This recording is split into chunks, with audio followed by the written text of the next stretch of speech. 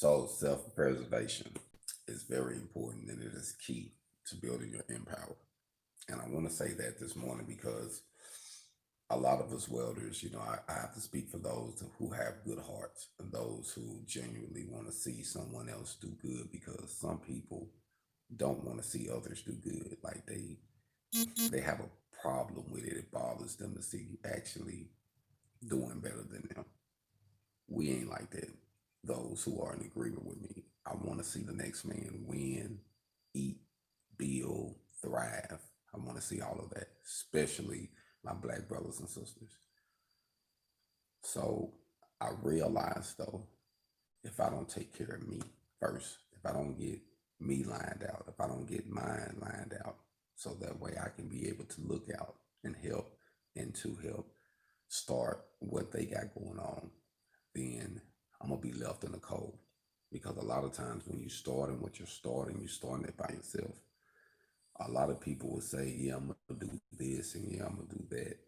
But when it comes down to it, who can you depend on? Who can you depend on to take care of your well-being? You. That's why I say self-preservation is the first key to survival. Before I can help you, I got to help me.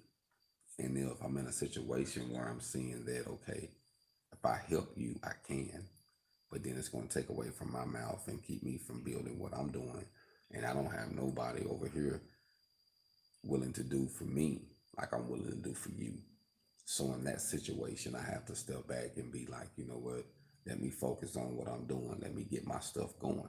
Not that I don't want to help you, but I got to help what I got going on because I see that I'm standing alone.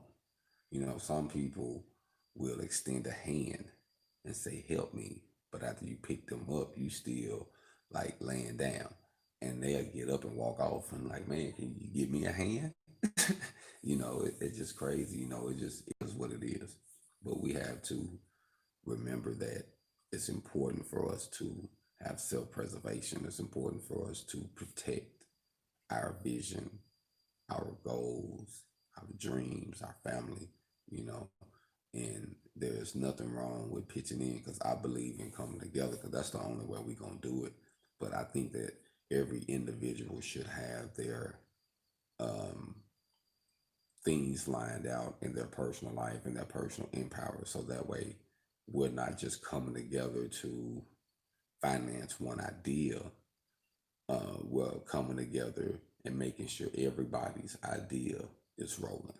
Because I think like if everybody's ideal is rolling in the pot, then nobody is dependent on the pot for finances. You see what I'm saying? Ain't nobody waiting on, oh man, anything coming in yet? Because we got some other stuff going. When that start happening, it is what it is. But I think that each individual should have their plates or their hustles set up good where they're actually, maintaining.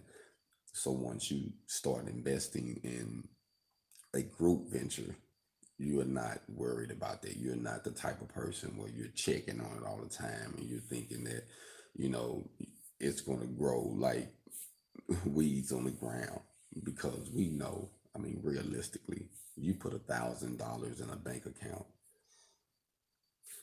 for a whole year in your savings account, you're not even going to make $50. It's what it is. So if you're investing in a venture that say, hey, we need a year and you can make $500 off of your money or you can double your money, then something you might think like, oh man, that might be a scam. How's that a scam? It's realistic if you're actually in the field working something. But you can't think that you're gonna turn your little money into millions overnight. Like, don't be naive. You know what I'm saying? You got to realize how money works. And if you don't know how to work money, you're gonna be like a lot of the athletes, a lot of the celebrities you see that up and gone. You know what I mean? They had it and it went, not because they couldn't have still been here, but they didn't understand money. You see what I'm saying? And we all have messed off money. We all have used it and abused it, and especially coming from the black culture, because a lot of times the first thing we want to do with money once we get it is to show people we okay now. oh man, I'm looking good now. I'm dressing good. I'm feeling good. I'm riding good. Like we want to show the money instead of letting the money grow and then showing the money. Because most people that you see that once they really get it, they don't really do a lot of fancy things. Now they have it set up so they can do this and that if they like that lifestyle.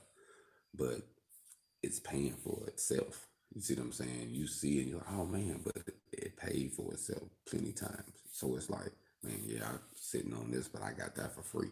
And you're like, how can you get that for free? But you have to have enough capital to allow your money to make money, so that way you can get things for free. You see what I'm saying? Because it's the longevity of the game. You know, you can't look at it short term, because if you look at short term, you'll burn yourself out, and or things just not ain't gonna work out properly for you. So I would say just look at it long term. But you got to have self preservation. You got to take care of you. Like you got to focus on what you got going on. Don't be selfish, but you got to be realistic. That you know that a man told me this one time, son, you never give a man your last. Never. Especially if you give it to them and they say, oh, I'm going to give it back to you on this date. And if they don't, it's going to hurt you, because in that case, you don't got it to give it. And all you're going to do is create tension within that relationship. All you're going to do is end up losing a friend or causing an issue, because once that's not agreed to on time, you was really expecting it. And if it's to a friend or to someone, it's probably always going to be some BS involved, or I need one more day. And if you can't afford that, don't put yourself in that situation. It just saves the headache. Say, hey man, I ain't got it. I can't do it. It's gonna put me in a bind. I never want to put myself in a situation where I'm going to be in the poorhouse. You see what I'm saying? So if things are tight, it is what it is. You got some moves you got to make your moves. But don't put yourself in a situation like that, because all you're doing is setting yourself up. Self preservation. HogOn.